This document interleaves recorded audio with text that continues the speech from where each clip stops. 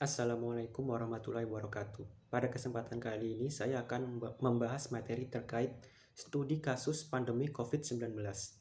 SARS-CoV-2 merupakan strain virusnya atau nama virusnya, sedangkan COVID-19 merupakan coronavirus disease yaitu nama penyakitnya. Ukuran virus rata-rata 1 nanometer yang sama dengan 1/1 miliar meter sama dengan 1 meter dibagi 1 miliar. Cara penularan COVID-19 ada 3, yaitu yang pertama droplet borne, yaitu menular lewat percikan. Yang kedua contact borne, menular lewat kontak. Yang ketiga yaitu airborne, menular lewat udara. Dalam kondisi reguler, COVID-19 menular melalui droplet atau contact borne. Droplet melalui percikan dan bercakap dengan jarak kurang dari 1,5 meter. Virus berada dalam percikan penderita masuk ke orang lain melalui mata, hidung, atau mulut. Penderita batuk dan menutup mulut, hidung, lalu jabat tangan dengan orang lain, lalu orang lain tersebut memegang hidung, mata, atau mulutnya. Lalu physical distancing. Mengapa SARS-CoV-2 sangat virulen? Contoh kasus yang menimpa Prof. Idrus yaitu Dr. mantan Rektor Unhas yang positif COVID-19 yang kemudian sembuh.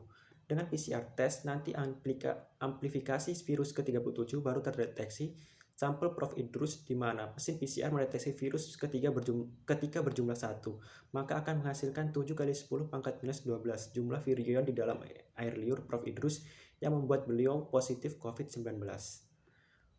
Manusia terpapar COVID-19 akan dihalangi oleh imunitas humoral, yaitu proses terbentuknya antibodi.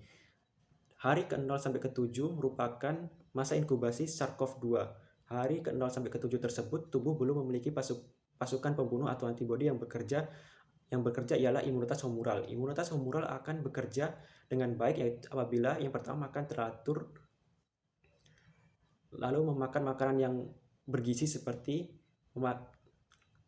makan madu atau minum jamu. Yang kedua yaitu tidak terlalu capek. Yang ketiga cukup tidur. Keempat tidak stres. Yang kelima terkena matahari setengah jam disertai olahraga ringan. Yang keenam hindari polusi termasuk asap rokok. Cara mengetahui positif terkenanya COVID-19 yaitu dengan tes PCR yang dapat mendeteksi virus SARS-CoV-2. Lalu rapid test berupa imunoglobulin M dan imunoglobulin G untuk mendeteksi antibodi. Fase-fase setelah terpapar SARS-CoV-2 dibagi menjadi 5 fase antara lain yaitu fase 1 yaitu 0 sampai 7 hari setelah terpapar di mana hasil PCR akan positif, imunoglobulin M akan negatif, imunoglobulin G akan negatif. Apabila PCR dan rapid test minus maka dinyatakan negatif. Fase 2 yaitu setelah 7 hari mulai terbentuknya imunoglobulin M dan hasil PCR plus dan imunoglobulin G negatif. Fase ini merupakan fase akut yang dapat menularkan. Disarankan melakukan isolasi mandiri.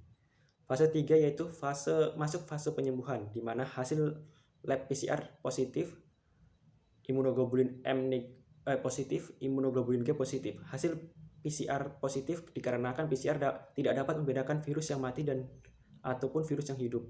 Fase 4 yaitu fase pemulihan. Fase ini berlangsung pada hari ke-21 hingga 28 ditandai dengan hasil PCR positif di mana PCR masih mendeteksi virus yang mati. Lalu hasil imunoglobulin M negatif dan imunoglobulin G positif.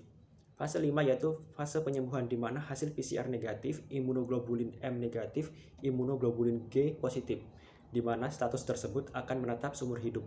Apabila terjadi reinfeksi virus COVID-19, maka hanya butuh waktu 1 hari untuk membentuk imunoglobulin M untuk membunuh virus tersebut. Sekian materi yang dapat saya sampaikan, lebih dan kurangnya mohon dimaafkan. Wassalamualaikum warahmatullahi wabarakatuh.